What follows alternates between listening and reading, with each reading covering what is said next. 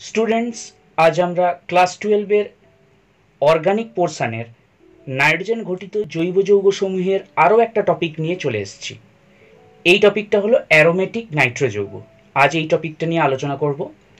এই টপিকের আগের ভিডিওটা যেটা আমি ছেড়েছিলাম, এর আগের যে ভিডিওটা আমি ছেড়েছিলাম সেটা হচ্ছে তোমার অ্যারোমেটিক অ্যামিনের ক্ষারকীয় ধর্মের তুলনা। তো ওই ভিডিওটার লিঙ্ক ডিসক্রিপশানে দেওয়া থাকবে আর তোমার আই বাটনেও দেওয়া থাকবে, তোমরা দেখে নিও সেখান থেকে। তো চলো আজকে অ্যারোমেটিক নাইট্রো যৌগটা শুরু করা যাক।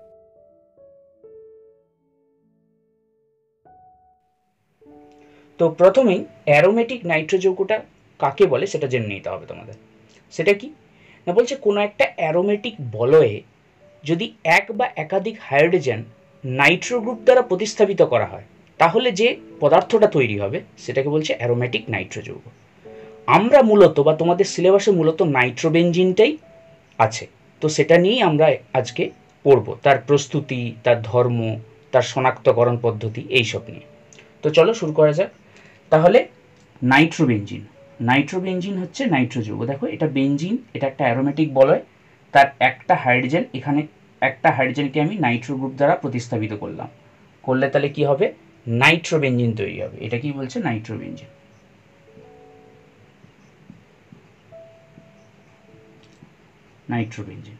তো এইটারই আমরা প্রথমে প্রস্তুতিতে চলে যাব। তো চলো প্রস্তুতি শুরু করা যাক।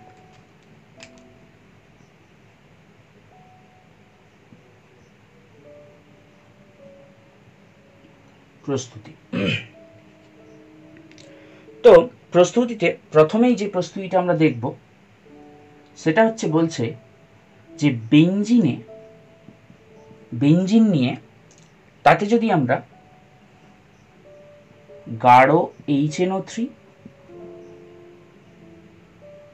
ও গাঢ় H2SO4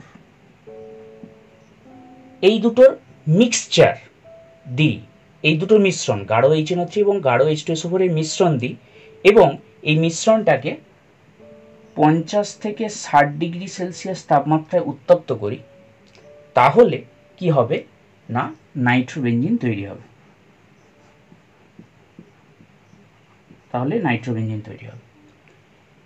এইবার এইটাকে আমরা শর্টে বলি কি, মিক্সড অ্যাসিড। গাঢ় HNO3 এবং গাঢ় H2SO4, আমরা অনেক সময় ইয়ার্কি করে এটাকে বলি মা, অর্থাৎ বেনজিনে মা দাও, তাহলে কি হবে, নাইট্রোবেনজিন তৈরি হয়ে যাবে। তো এটা মনে রাখতে হবে তোমাদের যে মিক্সড অ্যাসিড বা মাটা কি না, গাঢ় HNO3 এবং গাঢ় H2SO4 এর মিশ্রণ। এটা দিতে হবে বেনজিনের মধ্যে, এটা দিতে হবে এবং সেই পুরো মিশ্রণটাকে কি করতে হবে, 50 থেকে 60 ডিগ্রি সেলসিয়াস উষ্ণতায় উত্তপ্ত করতে হবে। করলে কি হবে, নাইট্রোবেনজিন তৈরি হবে। এবার প্রশ্নটা হচ্ছে যে এখানে কিভাবে বিক্রিয়াটা হচ্ছে, সেই বিক্রিয়াটা কিভাবে হচ্ছে তার একটু ক্রিয়া কৌশলটা আমরা দেখে নেব, কারণ তবেই বিক্রিয়াটা আমাদের বুঝতে একটু সুবিধা হবে। তো এই প্রস্তুতি যে বিক্রিয়াটা মিক্স অ্যাসিড দিয়ে, এটা কিন্তু খুব ইম্পর্টেন্ট একটা বিক্রিয়া নাইট্রোবেনজিন প্রস্তুতির। তো চলো আমরা একটু ক্রিয়া কৌশলটা দেখে নেব।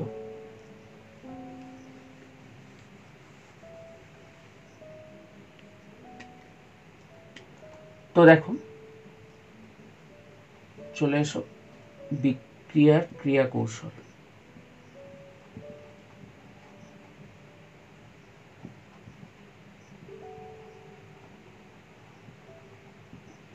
তো কি হচ্ছে দেখো,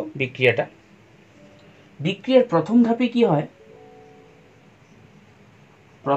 কি হয়, ওই যে মিক্স অ্যাসিডটা নিয়েছি আমরা HNO3 প্লাস H2SO4, এই দুটো প্রথমে রিয়াকশন করে কি তৈরি করে NO2 plus H3O plus 2HSO4 minus, এটা তৈরি করে। HNO3, গাঢ় HNO3 এবং গাঢ় H2SO4 প্রথমে নিজেদের মধ্যে বিক্রিয়া করে কি তৈরি করে, এইগুলো তৈরি করে NO2 প্লাস H3O প্লাস আর 2HSO4 মাইনাস, যেখানে এই NO2 প্লাসটাই এই বিক্রিয়ায় ইলেকট্রোফাইল রূপে কাজ করে। ইলেকট্রোফাইল। তার মানে এই যে বিক্রিয়াটা হলো, এই বিক্রিয়াটা অ্যাকচুয়ালি ইলেকট্রোফিলিক প্রতিস্থাপন বিক্রিয়া, এটা মাথায় রাখতে হবে। আর এই বিক্রিয়া ইলেকট্রোফাইল কোনটা? এইটা NO2 প্লাস, যেটাকে আমরা নাইট্রোনিয়াম ক্যাটায়নও বলি, নাইট্রোনিয়াম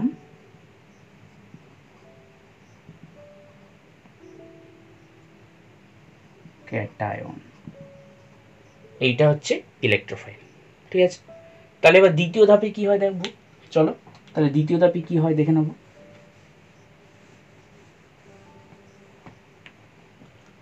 এবার হচ্ছে দ্বিতীয় ধাপ। দ্বিতীয় ধাপে কি হবে?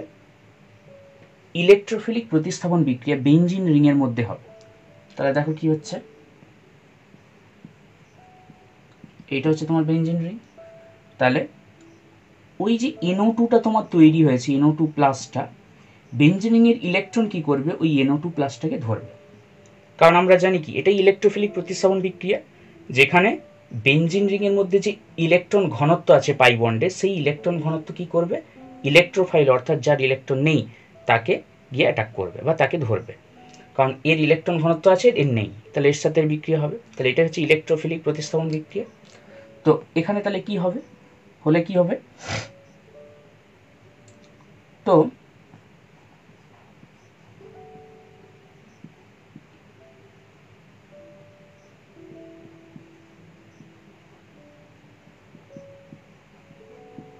কারণ এখানে একটা হাইড্রোজেন আছে, আর এই বন্ডটা যেহেতু উঠে গিয়ে একে ধরছে, তাহলে এইখানটায় প্লাস হবে। এই বন্ডটা এখানে গিয়ে উঠছে, এ পাশে উঠছে, তাহলে এখানে অ্যাকচুয়ালি মাইনাস, তার মানে এখানে একটা প্লাস হবে। বা এই বন্ডটাকে মনে মনে ভাবতে পারি কি এখানে প্লাস এখানে মাইনাস, সেই মাইনাসটা গিয়ে অ্যাটাক করছে, এটাও ভাবতে পারো তুমি, যেভাবে হোক ভাবতে পারো। ঠিক আছে, এ পাশ থেকে উঠে গিয়ে অ্যাটাক করছে, তার মানে এখানে প্লাস হবে, আর এইখানে নাইট্রোটা অ্যাড হবে, এটাও ভাবতে পারো। বা এই পাই বন্ডটাকে তুমি ধরে নাও এখানে প্লাস এখানে মাইনাস, তাহলে মাইনাসটা গিয়ে এখানে অ্যাটাক করবে, আর এখানে প্লাস থাকবে, প্লাস চার্জ তৈরি হয়েছে। ঠিক আছে, তাহলে এটা তৈরি হবে। তাহলে এদের মধ্যে রেজোনেন্সও হয়। ঠিক আছে, তুমি সেটা দেখাতে পারো।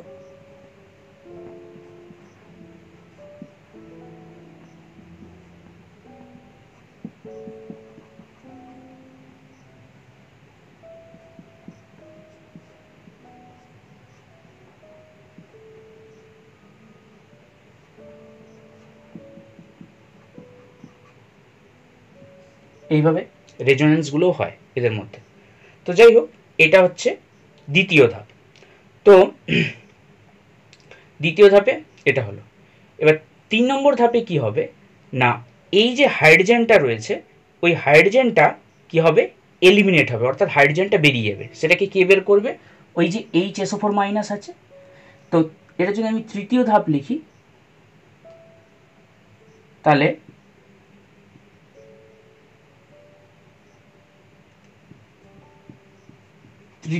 তৃতীয় ধাপে কি হবে? HSO4 মাইনাস, এইটা কি করবে? এই হাইড্রোজেনটাকে নেবে, আবার পুনরায় এই হাইড্রোজেনটাকে নিয়ে নেবে, আবার এই যে দুটো ইলেকট্রন আবার এখানে এসে পাই বন্ড তৈরি করবে। তৈরি করলে কি হবে? আবার পুনরায় বলয়টা অ্যারোমেটিক হয়ে যাবে। তাহলে এখান থেকে কি তৈরি হবে? যে কোনো এই যে তিনটে রেজোনেন্স স্ট্রাকচার আঁকলে এর মধ্যে যে কোনো একটাকে রেজোনেন্স স্ট্রাকচার নিয়ে তুমি এটা করতে পারো, কোনো অসুবিধা নেই। ঠিক আছে, তুমি এটা নিয়েও করতে পারো, কোনো অসুবিধা নেই। তো নিয়ে করলে তাহলে কি হবে পরের স্টেপে? দেখো এই NO2 হয়ে যাচ্ছে, তাহলে এইটা আমার প্রোডাক্ট পেয়ে যাচ্ছি একদম। ঠিক আছে, এইবার একটা জিনিস তোমাকে এখানে খেয়াল রাখতে হবে, এই যে লাস্ট স্টেপটা আমরা করলাম তৃতীয় ধাপ, এটা কিন্তু খুব ফাস্ট হয়। আর এই যে সেকেন্ড স্টেপটা আমরা করছিলাম, এটা ইলেকট্রোফাইলটাকে ধরছিল, ওই স্টেপটা কিন্তু খুব স্লো। যেটা হচ্ছে দ্বিতীয় ধাপ ছিল, ওটা স্লো হয়, আর এটা খুব ফাস্ট হয়। এবার সবসময় মনে রাখতে হয় যে একটা বিক্রিয়ার যেটা স্লো স্টেপ হয় বা ধীর গতি সম্পন্ন ধাপ যেটা হয়, সেটাকে বলে RDS, অর্থাৎ রেট ডিটারমাইনিং স্টেপ, যেটাকে বাংলায় বলে বিক্রিয়ার হার নির্ণায়ক ধাপ। অর্থাৎ এই স্টেপটা থেকে বিক্রিয়াটার হার নির্ণয় করা হয়, মানে কতটা রেটে বিক্রিয়াটা হচ্ছে সেটা নির্ণয় করা হয়। তো যাই হোক, এভাবেই কিন্তু আমার নাইট্রোবেঞ্জিনটা তৈরি হয়। আর HSO4 মাইনাস এইচটাকে নিলে কি হয়ে যাবে, সাইড প্রোডাক্ট হিসাবে H2SO4 তৈরি হবে, ঠিক আছে, আর আমরা নাইট্রোবেঞ্জিনটা পেয়ে যাবো। তাহলে দেখলে এইভাবে ক্রিয়া কৌশলের মাধ্যমেই এই বিক্রিয়াটা সম্পন্ন হয়। আর এটা একটা ইলেকট্রোফিলিক প্রতিস্থাপন বিক্রিয়া, তোমাদের মনে রাখতে হবে। আর এখানে হচ্ছে ইলেকট্রোফাইলটা হচ্ছে NO2+, এটা মনে রাখতে হবে, যেটাকে বলছে নাইট্রোনিয়াম ক্যাটায়ন বা নাইট্রোনিয়াম আয়ন, যা ইচ্ছা। তো এই বিক্রিয়াটা আমরা দেখে নিলাম। নেক্সট, এই যে রিয়েজেন্টটা আমরা ব্যবহার করলাম, বা এই যে তোমার গাঢ় HNO3 এবং গাঢ় H2SO4, এটা দিয়ে আরও কতগুলো আমরা বিক্রিয়া দেখে নেব। দেখো,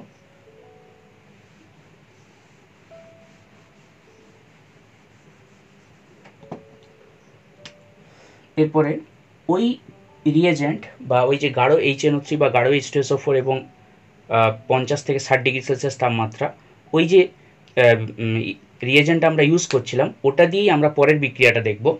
দেখো, পরের বিক্রিয়াটা হচ্ছে, যদি আমি বেঞ্জিনের একটা প্রতিস্থাপক নিই, সাপোজ মনে করো বেঞ্জিনের একটা প্রতিস্থাপক নিলাম টলুইন, এটাতে আমি ওই একই গাঢ় HNO3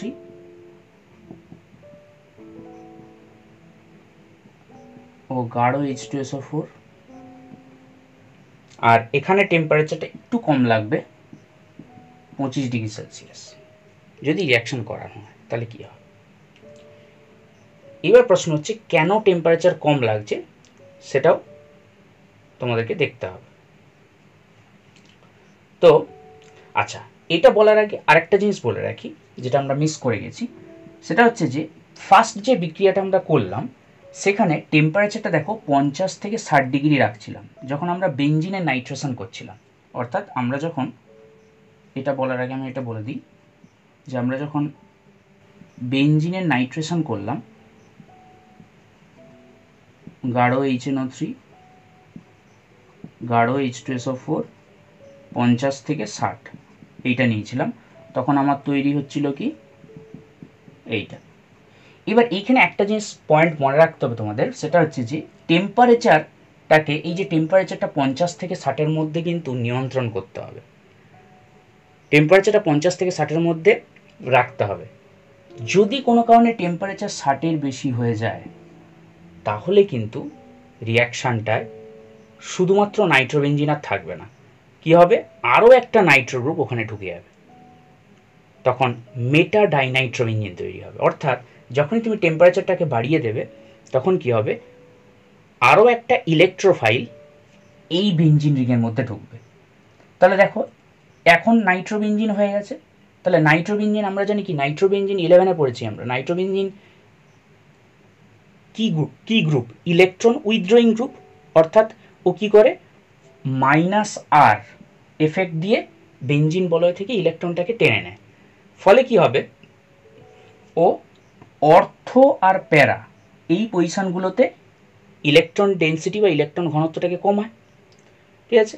এবার তাহলে তুমি ভাবো, যদি এখানে একটা নাইট্রো গ্রুপ, এটা যদি একটা NO2, এটা যদি একটা ইলেকট্রোফাইল হয়, ঠিক আছে, অর্থাৎ এর মধ্যে ইলেকট্রন নেই, তাহলে এ কোথায় কোথায় যাবে, এখানে যদি এ ইলেকট্রন টেনে নিয়ে এই তিনটে জায়গায় ইলেকট্রন ঘনত্ব কমিয়ে দেয়, তাহলে এখন ইলেকট্রন ঘনত্ব একমাত্র কোথায় বেশি আছে, দেখো দুটো মেটা পজিশনে যদি আমরা ভাবি, ওখানেই বেশি আছে, কারণ বাকি অর্থ আর প্যারা পজিশনে ইলেকট্রন ডেন্সিটি -R এফেক্ট দিয়ে নাইট্রো গ্রুপ কমিয়ে দিয়েছে। কি করে, রেজোনেন্স করে না, এভাবে রেজোনেন্স করে কি করে, অর্থ আর প্যারা পজিশনে কি করে, ইলেকট্রন ডেন্সিটি কমিয়ে দেয় বা ইলেকট্রন ঘনত্ব কমিয়ে দেয়। কমিয়ে দিলে এই জায়গাগুলোয় কি ইলেকট্রন ঘনত্ব কম আছে, তাহলে তার রেসপেক্টে মেটা পজিশনগুলোতে ইলেকট্রন ঘনত্ব বেশি আছে। তাহলে এরপর যখন তুমি টেম্পারেচারটাকে 60 ডিগ্রির বেশি করবে, তখন আবার একটা ইলেকট্রোফাইল কি হবে, ঠিক যে কোথায় ঢুকবে, অর্থতে ঢুকবে, প্যারাতে ঢুকবে না মেটাতে ঢুকবে, দেখো মেটাতে ঢুকবে, কারণ মেটাতে অর্থ আর প্যারার থেকে বেশি ইলেকট্রন ঘনত্ব আছে, যেখানে বেশি ইলেকট্রন ঘনত্ব থাকবে সেখানেই যাবে, কারণ নাইট্রো গ্রুপটা কি, একটা ইলেকট্রোফাইল। তো এটা তোমাকে খেয়াল রাখতে হবে। তার মানে এই নাইট্রো গ্রুপটা আবার এইখানে ঢুকবে, ঢুকলে কি হয়ে যাবে, তখন মেটা ডাইনাইট্রো বেঞ্জিন হয়ে যাবে যদি তুমি টেম্পারেচারটাকে 60 ডিগ্রির বেশি করে দাও। ঠিক আছে, তাহলে এইটা কিন্তু তোমাকে খেয়াল রাখতে হবে যে আমরা নাইট্রেশন করার সময় গাঢ় HNO3 গাঢ় H2SO4 50 থেকে 60 ডিগ্রি সেলসিয়াস তাপমাত্রায় নাইট্রেশন করার সময় আমার কিন্তু টেম্পারেচারটাকে কন্ট্রোল করতে হবে, না হলে নাইট্রোবেঞ্জিন থেকে আবার মেটা ডাইনাইট্রোবেঞ্জিন তৈরি হয়ে যাবে, এটা মনে রাখতে হবে। এরপরে যদি আমরা টলুইনে ওই একই রিয়াকশনটা করি তাহলে কি হবে, তাহলে আমরা জানি কি যে টলুইনের CH3 গ্রুপের কি আছে, হাইপার কনজুগেশন না,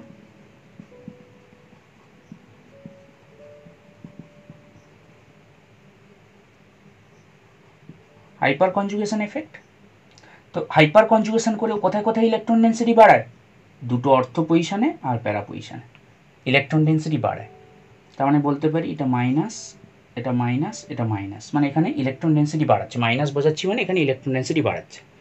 তাহলে বাড়ালে এখান থেকে আমরা কি ইলেকট্রোফাইলটা পাই, NO2+, তাহলে ও কোথায় কোথায় যেতে পারে, যেখানে ইলেকট্রন ডেন্সিটি বেশি থাকবে বা ইলেকট্রন ঘনত্ব যেখানে বেশি থাকবে, কারণ এটা একটা ইলেকট্রোফাইল, HIV ইলেকট্রন যেখানে বেশি পাবে সেখানেই যাবে।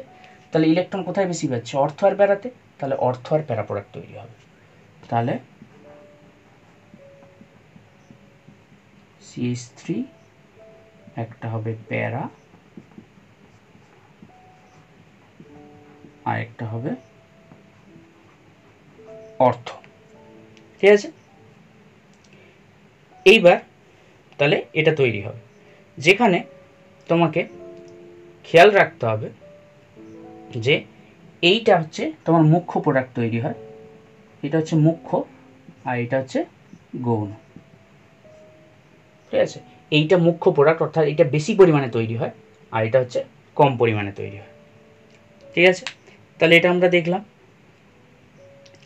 এরপরে আমরা পরেরটায় চলে যাব, এর পরেরটাতে আমরা চলে আসব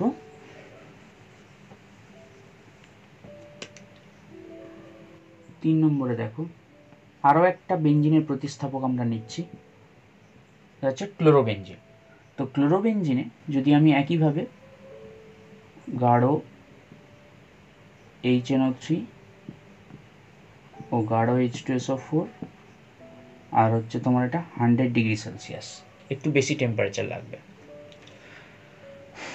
কারণ ক্লোরোবেঞ্জিনে তাহলে কি হবে, আমরা জানি কি ক্লোরোবেঞ্জিনে কি হয়, দুটো এফেক্ট দেখায় ক্লোরিন, একটা হচ্ছে -I এফেক্ট আর একটা হচ্ছে +R এফেক্ট আমরা জানি, কিন্তু এখানে -I এফেক্টটা +R এর থেকে অনেক বেশি, অর্থাৎ ইলেকট্রন রিং থেকে এই বন্ধনের মাধ্যমে, মানে যেটা হচ্ছে বন্ডের থ্রু দিয়ে বন্ধনের মাধ্যমে কি করে বেঞ্জিন রিং থেকে ইলেকট্রনটাকে নিজের দিকে টানে -I এফেক্ট, আর কি করে নিজের যে লোন পেয়ার অফ ইলেকট্রন আছে, নিজের লোন পেয়ার আছে, লোন পেয়ারটাকে কি করে রেজোনেন্স করে ইলেকট্রন ডেন্সিটি বাড়ায় +R, সেটাকে বলছে +R এফেক্ট, তাই তো। তো সেই জন্যই যেহেতু রেজোনেন্স করে সেহেতু কি হয়, অর্থ আর প্যারা পজিশনে ইলেকট্রন ডেন্সিটি বাড়ে অ্যাকচুয়ালি। তো বাড়ার জন্যই কি হয়, আমরা জানি ক্লোরোবেঞ্জিন হচ্ছে একটা অর্থ প্যারা ডাইরেক্টিং গ্রুপ। ঠিক আছে, যদিও ক্লোরোবেঞ্জিনে কিন্তু -I এফেক্টটা +R এর থেকে বেশি ইম্পর্ট্যান্ট, -I এফেক্টটা বেশি কাজ করছে, সেই জন্যই দেখো টেম্পারেচারটা অনেকটা বেশি লাগছে। এমনি যেটা নাইট্রেশন আমরা করছিলাম বেঞ্জিনের, সেখানে লাগছিল কত 50 থেকে 60 ডিগ্রি, কম টেম্পারেচার হয়ে যাচ্ছিল। আবার টলুইন যখন নিচ্ছিলাম দেখো, সেখানে যেহেতু টলুইনের কী ছিল, হাইপার কনজুগেশন দিয়ে ইলেকট্রন ঘনত্ব বেঞ্জিন রিংয়ের মধ্যে বাড়াচ্ছিল, সেখানে কিন্তু টেম্পারেচার কম লাগছিল, রিয়াকশনটা খুব সহজেই হয়ে যাচ্ছিল, সেই জন্য টেম্পারেচার কম লাগছিল, সেখানে 25 ডিগ্রি সেলসিয়াস। কিন্তু এখানে যেহেতু +R দিয়ে বাড়াচ্ছে ঠিকই, কিন্তু -Iটা +R এর থেকে বেশি, তার মানে ইলেকট্রন টেনেও নিচ্ছে, সেই জন্য এখানে এই বেঞ্জিন বলে কিন্তু ইলেকট্রন ঘনত্ব টলুইনের সাপেক্ষে বা বেঞ্জিনের সাপেক্ষে অনেকটা কম, সেই জন্য এখানে রিয়াকশন করাতে গেলে একটু বেশি টেম্পারেচার লাগবে। তাই জন্য এটা দিলে তাহলে কি হবে, তাহলে যেহেতু এটা অর্থ প্যারা ডাইরেক্টিং গ্রুপ, তাহলে কি হবে, অর্থ আর প্যারা পজিশনে ইলেকট্রনগুলো ঢুকবে, তাহলে এটা হবে অর্থনাইট্রো আর একটা তৈরি হবে প্যারানাইট্রো, যেখানে এইটা হচ্ছে তোমার গৌণ প্রোডাক্ট, অর্থাৎ এটা কম পরিমাণে তৈরি হবে, আর এটা হচ্ছে মুখ্য প্রোডাক্ট। এটা বেশি পরিমাণে তৈরি হয়। ঠিক আছে, এইবার একটা জিনিস এখানে খেয়াল রাখতে হবে যে টলুইনের ক্ষেত্রে আমার কিন্তু অর্থ পজিশনটা মুখ্য প্রোডাক্ট হচ্ছিল, কারণ কি টলুইনের CH3 আর NO2-র মধ্যে অতটা স্টেরিক ইন্টারাকশন কাজ করছে না বা স্টেরিক এফেক্ট কাজ করছে না। ঠিক আছে, সেই জন্য ওটার কিন্তু মুখ্য প্রোডাক্টটা অর্থই হচ্ছিল। ঠিক আছে, কিন্তু এখানে মুখ্য প্রোডাক্ট কিন্তু প্যারা হয়ে যাবে। এখানে কিন্তু স্টেরিক এফেক্টটা ঠিক ইম্পর্ট্যান্ট নয়, এটা যদি তুমি ভালো করে দেখো তাহলে এখানে কিন্তু একটা বিকর্ষণ বল কাজ করছে বলা যেতে পারে। কি হয় দেখো, নাইট্রোর গ্রুপের স্ট্রাকচারটা যদি আমি এইভাবে দেখি তাহলে এটা হয়, এইটা হয়। এবার দেখো এই ক্লোরিন এই কার্বন থেকে কিছুটা ইলেকট্রন টানছে, যেহেতু ক্লোরিন আমরা জানি কি কার্বনের থেকে বেশি ইলেকট্রোনেগেটিভ, তাহলে এই কার্বন থেকে কিছুটা ইলেকট্রন টানছে নিচের দিকে, তাহলে এর মাথায় কিছুটা ডেল্টা মাইনাস ভাবতে পারি। তাহলে তাই যদি হয় এই ডেল্টা মাইনাস আর এই অক্সিজেনে মাইনাস আছে, তো এদের মধ্যে কি হবে, একটা বিকর্ষণ বল কাজ করবে। ফলে কি হবে, এই দুটো গ্রুপ পাশাপাশি থাকাটা খুব একটা সুবিধাজনক নয়, সেই জন্য এটা কম পরিমাণে তৈরি হচ্ছে, এটা স্টেবল নয়, অর্থাৎ স্থায়ী যৌগ, মানে বলা যেতে পারে প্যারা প্রোডাক্টের থেকে কম স্থায়ী। একবারে স্থায়ী নয় বলা যাবে না, নাহলে তো তৈরি হতো না। তো প্যারা প্রোডাক্টের থেকে কম স্থায়ী, সেই জন্য যেহেতু এদের মধ্যে এই ডাইপোল ডাইপোল একটা কি বলা যেতে পারে বিকর্ষণ বল কাজ করছে, সেই জন্য এটাও মাইনাস চার্জ এটাও মাইনাস চার্জ, তো এদের মধ্যে কি হচ্ছে একটা বিকর্ষণ বল কাজ করছে, সেই জন্য এর স্থায়িত্বটা কিছুটা হলেও কমে যাবে মুখ্য প্রোডাক্টের থেকে। সেই জন্য প্যারাটা হবে মুখ্য প্রোডাক্ট আর অর্থটা হবে গৌণ প্রোডাক্ট। আর টলুইনের ক্ষেত্রে কি হচ্ছিল না, অর্থটা হচ্ছে মুখ্য প্রোডাক্ট ছিল। কেন মুখ্য প্রোডাক্ট না, ওর ক্ষেত্রে ওখানে কিন্তু কোনো রকম এই বিকর্ষণ বল নেই, এক নম্বর। দু নম্বর কি, ওখানে স্টেরিক ইন্টারাকশন বা স্থানভাবজনিত যে বাধাটা আছে, স্টেরিক এফেক্ট যেটাকে বলে, সেটা কিন্তু অতটা কাজ করছে না, সেই জন্য অর্থ প্রোডাক্টটাই বেশি স্টেবল আর ওইটাই মুখ্য প্রোডাক্ট হয়। তো তাহলে এটা বোঝা গেল। এরপরটা দেখো,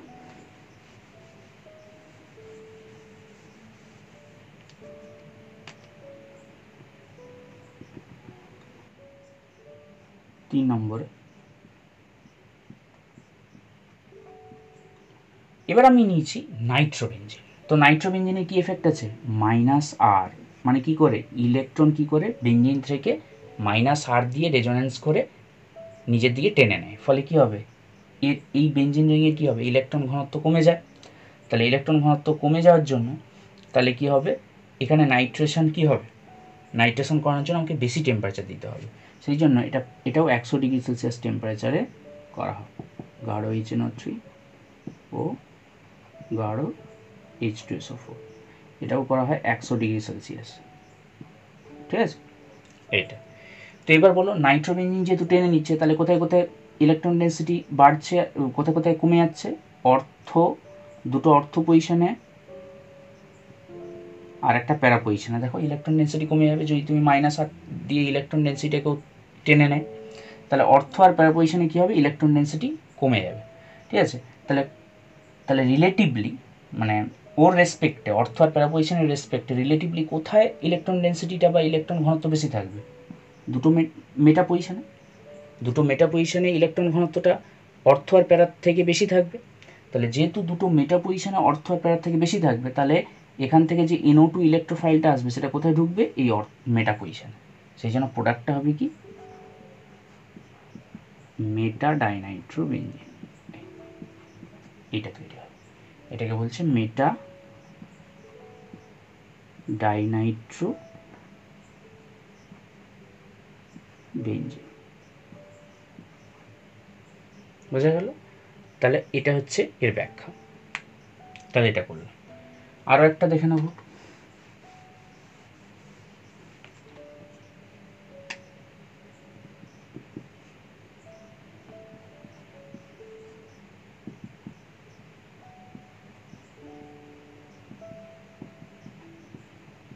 ধরো এইরকম একটা গ্রুপ আছে, এটাকে বলা হয় অ্যাসিটিনিলাইড।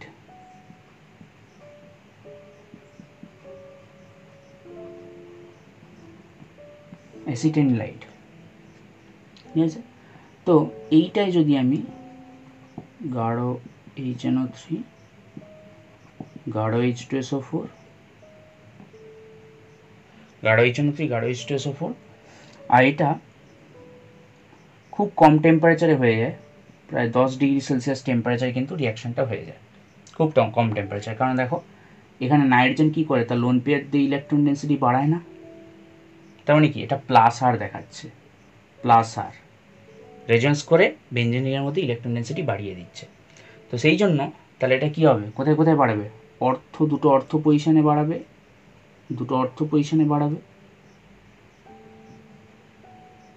আর প্যারা পজিশনে বাড়াবে। ঠিক আছে, তাহলে NO2 যে ইলেকট্রোফাইলটা আসবে সেটা কোথায় কোথায় ঢুকবে, অর্থ পজিশনে আর প্যারা পজিশনে। এই অর্থটাও ঢুকতে পারে, কোনো অসুবিধা, যে কোনো একটা অর্থটা ঢুকবে আর যে কোনো একটা প্যারাতে ঢুকবে। তাহলে অর্থ প্যারা ডাইরেক্টিং, তাই তো, তাহলে এটা হবে অর্থ প্যারা, NHCOCH3 একটা প্যারা হবে আর একটা NHCOCH3 একটা অর্থ হবে। এইবার এখানে কিন্তু স্টেরিক এফেক্টটা কাজ করছে, সেই জন্য এখানে প্যারাটা হবে মুখ্য, বেশি পরিমাণে তৈরি হবে, আর অর্থটা হবে গৌণ, কম পরিমাণে তৈরি হবে। ঠিক আছে, তাহলে কেন হচ্ছে দেখো, এইটা একটা বড় গ্রুপ আর এই নাইট্রো একটা বড় গ্রুপ। দেখো এটাকে যদি আমি খুলে লিখি তাহলে কি হবে, N+ ডবল বন্ড ও মাইনাস, আর এখানটা NHCOCH3। তো এটা একটা বড় গ্রুপ, এটা একটা বড় গ্রুপ, এদের মধ্যে কি হচ্ছে, এখানে স্টেরিক এফেক্ট কাজ করছে, স্টেরিক এফেক্ট অর্থাৎ স্থানাভাবজনিত বাধা। সেই জন্য কি হচ্ছে, অর্থ প্রোডাক্টটার স্থায়িত্বটা প্যারা প্রোডাক্টের থেকে কিছুটা কমে যাচ্ছে, সেই জন্য ওটা কম পরিমাণে তৈরি হবে, আর প্যারা প্রোডাক্টটা মুখ্য অর্থাৎ বেশি পরিমাণে তৈরি হবে। ঠিক আছে, এটা আমরা দেখলাম। নেক্সট,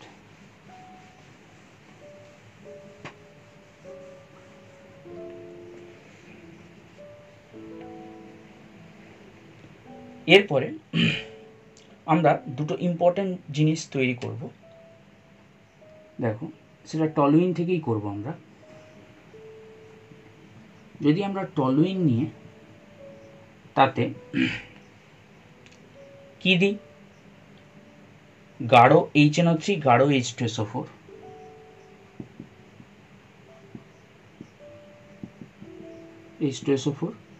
যেটা আমরা করছিলাম। তো মোটামুটি এটা আমরা কতটা টলুইনটা কতটা করছিলাম, 25°C। তো মোটামুটি যদি এটা দিই তাহলে কি হবে, আমার অর্থ আর প্যারা প্রোডাক্ট তৈরি হয়। ঠিক আছে, এইবার আমরা কি করব, এটা 25 না দিয়ে এটা দিয়ে দেবো 60°C, একটু টেম্পারেচারটাকে বাড়াবো। বাড়ালে কি হবে, এর তো অর্থ আর প্যারা তৈরি হয়, একটা তোমার হচ্ছে অর্থ তৈরি হয়, একটা প্যারা তৈরি হয়। তো তার মধ্যে মুখ্য কোনটা, এইটা মুখ্য। এবার তাহলে এইটাতেই দেখা যাবে, যেহেতু আমি টেম্পারেচার বাড়িয়ে দিয়েছি, এইটাতেই আরেকটা নাইট্রো গ্রুপ ইলেকট্রোফাইল এখানে যুক্ত হবে। ঠিক আছে, কারণ দেখো আরেকটা নাইট্রো গ্রুপ কোথায় যুক্ত হবে, সরি এখানটায় না, এইটার সাপেক্ষে এই গ্রুপটা আমার ঢুকলো অর্থ পজিশনে, এবার এখন এই গ্রুপটার সাপেক্ষে পরের গ্রুপটা ঢুকবে। তাহলে আমরা জানি কি আমরা যদি নাইট্রোবেঞ্জিনের কথা ভাবি, নাইট্রো গ্রুপটা কি গ্রুপ, মেটা ডাইরেক্টিং গ্রুপ আমরা জানি। তাহলে পরের যে নাইট্রো NO2+টা সেটা কোথায় ঢুকবে, মেটা পজিশন, মানে এর সাপেক্ষে মেটা কোনটা, এটা অর্থ, এটা মেটা, তাহলে এইখানে ঢুকবে। তাহলে ঢুকলে কি হবে, তাহলে দেখো এইটা আর এইটা, তাহলে একেবারে এইটা তৈরি হবে, অর্থাৎ এটা তোমার হচ্ছে 2,4 ডাইনাইট্রোটলুইন। তাহলে এটা তৈরি হবে 2,4 ডাইনাইট্রোটলুইন। এটা তৈরি হবে। তাহলে আমি যদি টলুইনকে গাঢ় HNO3 গাঢ় H2SO4 আর 60 ডিগ্রি সেলসিয়াস অর্থাৎ টেম্পারেচারটাকে বাড়িয়ে দিয়েছি, কারণ 25 দিলে এই দুটো তৈরি হয়। এবার টেম্পারেচারটাকে বাড়িয়ে দিলে তখন কি হবে না, মুখ্য যেটা তৈরি হলো সেই মুখ্যতে আরও একটা মুখ্য যে মানে অর্থাৎ বেশি পরিমাণে যেটা তৈরি হয়েছে সেটাতে আরও একটা ইলেকট্রোফাইল ঢুকে যাবে। ঢুকে গেলে কি হবে না, দেখো এই নাইট্রো গ্রুপটা তাহলে এখানে ঢুকবে। এবার কোথায় ঢুকবে এটা একটু ভাবতে হবে যে কোথায় ঢুকবে, কোথায় ঢুকবে না, তখন এটা যখন ঢুকছিল তখন এর রেসপেক্টে ঢুকছিল, এ বলে দিয়েছিল যে কোথায় ঢুকবে, এ বলে দিয়েছিল কি অর্থ আর প্যারাতে, সেই জন্য অর্থ প্যারাতে ঢুকছিল। এবার এর পরের যে ইলেকট্রোফাইলটা ঢুকবে সেটা সবসময় দ্বিতীয় গ্রুপটার সাপেক্ষে ঢুকবে। দ্বিতীয় গ্রুপটা কি আছে, NO2, তাহলে NO2 বলে দিচ্ছে, NO2 কি গ্রুপ হয়, মেটা ডাইরেক্টলি, তাহলে এর রেসপেক্টে মেটা, তাহলে এর রেসপেক্টে মেটা হলে কি হবে, এটা অর্থ এটা মেটা, তাহলে এই পজিশনে ঢুকবে নাইট্রোটা, তাহলে এই যৌগটা তৈরি হবে। এরপরে ফার্দার যদি এই যৌগটাকে আমরা ধূমায়মান HNO3 ও ধূমায়মান H2SO4 দিয়ে রিয়াকশন করি, তাহলে এটা তৈরি করবে আরও একটা নাইট্রো গ্রুপ। এর রেসপেক্টে এইটা একটা মেটা পজিশন ফাঁকা আছে, ঠিক আছে, তাহলে আরও একটা NO2 প্লাস কী করবে এখানে ঢুকে যাবে। ঢুকে গেলে কী হবে, তাহলে 3টে NO2 গ্রুপ হয়ে যাবে।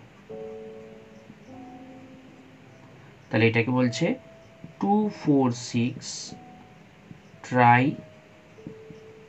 নাইট্রোটলুইন, এটা হচ্ছে TNT।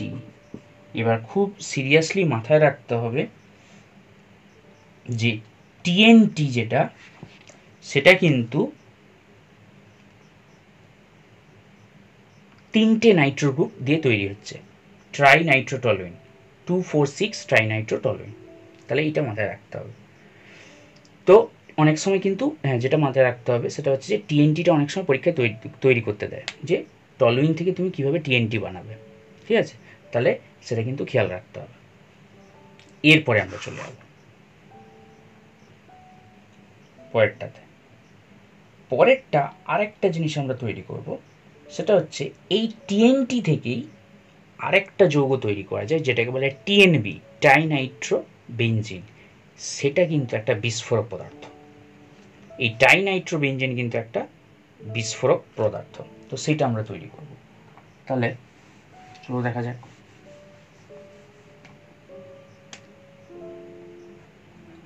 তাহলে আমরা এইটা অলরেডি তৈরি করে নিয়েছি,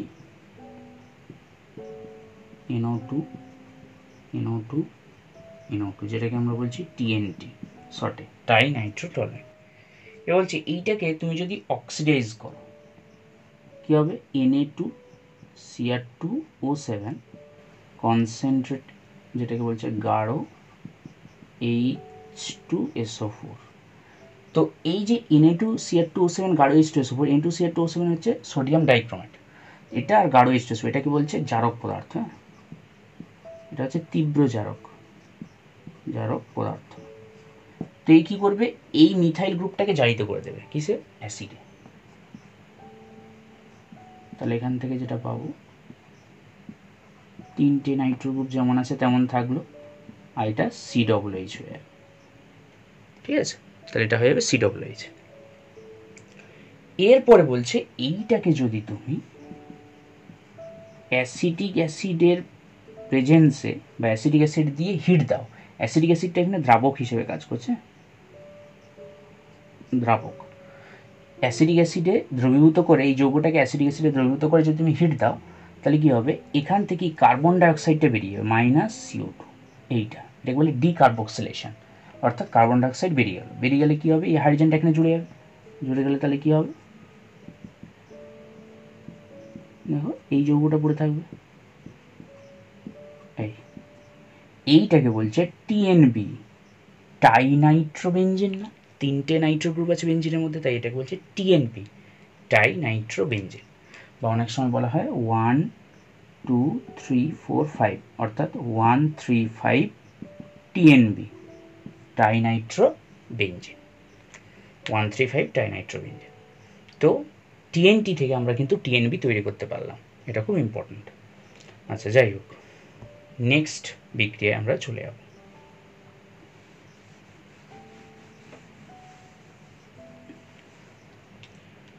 নেক্সট বিক্রিয়াটা দেখো, যে আমরা ফেনল থেকেও তৈরি করতে পারি। ফেনল বলছে, ফেনলে যদি তুমি লঘু নাইট্রিক অ্যাসিড, লঘু HNO3 দিয়ে খুব কম টেম্পারেচার লাগে, কত, 20 ডিগ্রি সেলসিয়াস, লঘু নাইট্রিক অ্যাসিড দিয়ে যদি তুমি 20 ডিগ্রি সেলসিয়াস টেম্পারেচারে হিট করো, ঠিক আছে, তাহলে কী হবে? কারণ দেখো কেন কম টেম্পারেচার লাগলো না, এই ওইচের এই যে লোন পেয়ারটা আছে, এই লোন পেয়ারটা কী করে, রেজোনেন্স করে না, মানে প্লাস আর দেখাচ্ছে, দেখি কি করছে, এই বেঞ্জিন রিংয়ের মধ্যে বা বেঞ্জিন বলের মধ্যে কি ইলেকট্রন ঘনত্বটাকে বাড়াচ্ছে। তাহলে যেহেতু ইলেকট্রন ঘনত্বটাকে বাড়াচ্ছে, সেহেতু কী হবে, তাহলে কোথায় কোথায় ঢুকতে পারে, অর্থ পজিশনেও ইলেকট্রন ঘনত্ব বাড়াচ্ছে আর প্যারা পজিশনে হচ্ছে, তাহলে এটা অর্থ আর প্যারা ডাইরেক্টিং, ঠিক আছে, তাহলে অর্থ প্রোডাক্ট তৈরি হবে, প্যারা প্রোডাক্ট তৈরি হবে, OHNO2 প্লাস OHNO2, এই দুটো প্রোডাক্ট তৈরি হবে, ঠিক আছে। তাহলে এটা খেয়াল রাখতে হবে, অর্থ নাইট্রোফেনল আর প্যারা নাইট্রোফেনল, ঠিক আছে।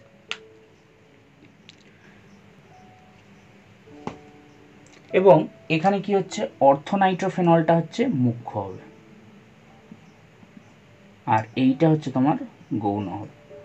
তাহলে কেন না, এখানে দেখো অর্থ নাইট্রোফেনলের কি আছে, একটা স্পেশাল স্থায়িত্ব আছে বা স্টেবিলিটি আছে, কি না, ইন্ট্রামলিকুলার হাইড্রোজেন বন্ডিং।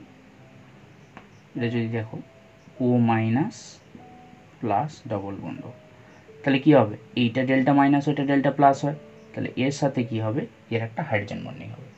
এই যে অন্ত আণবিক হাইড্রোজেন বন্ডিং হচ্ছে বা ইন্ট্রামলিকুলার হাইড্রোজেন বন্ডিং হচ্ছে, এর জন্য কি হবে, এই অর্থ প্রোডাক্টের স্টেবিলিটিটা বা স্থায়িত্বটা প্যারা প্রোডাক্টের থেকে কিছুটা বেশি হবে, সেই জন্য এটা মুখ্য হয় আর এটা গৌণ হয়।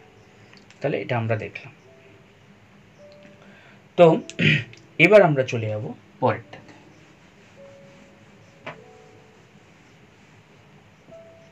পরেরটা কি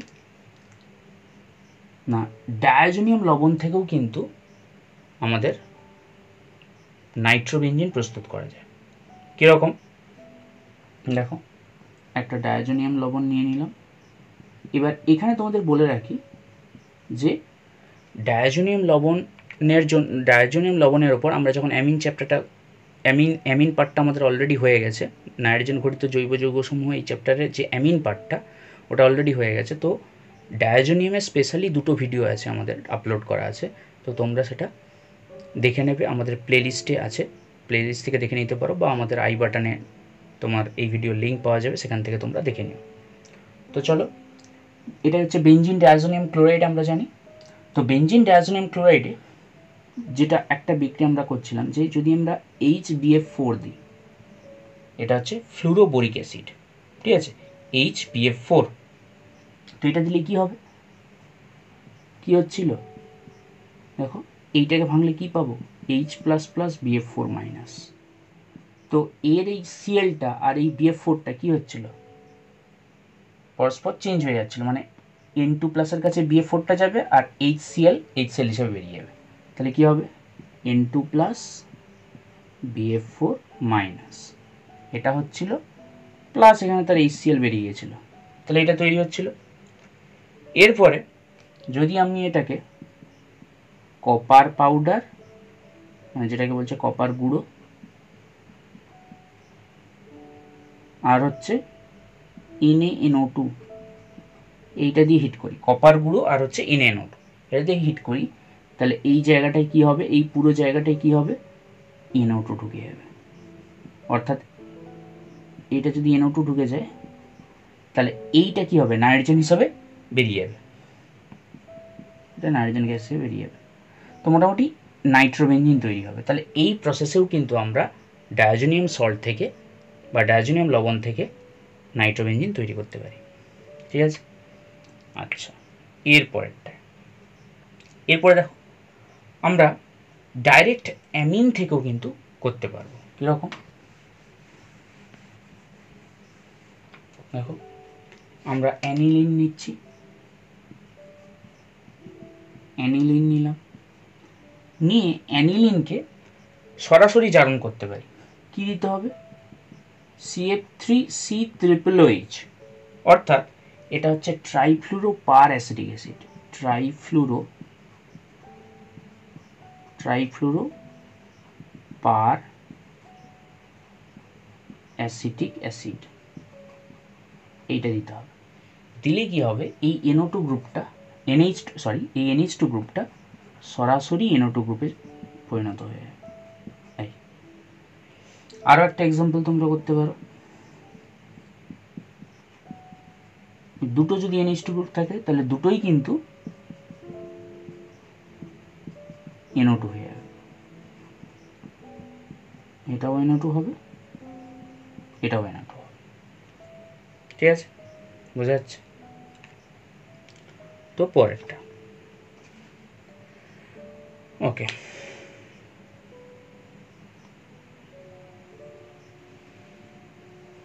তাহলে এটা আমাদের হয়ে গেল।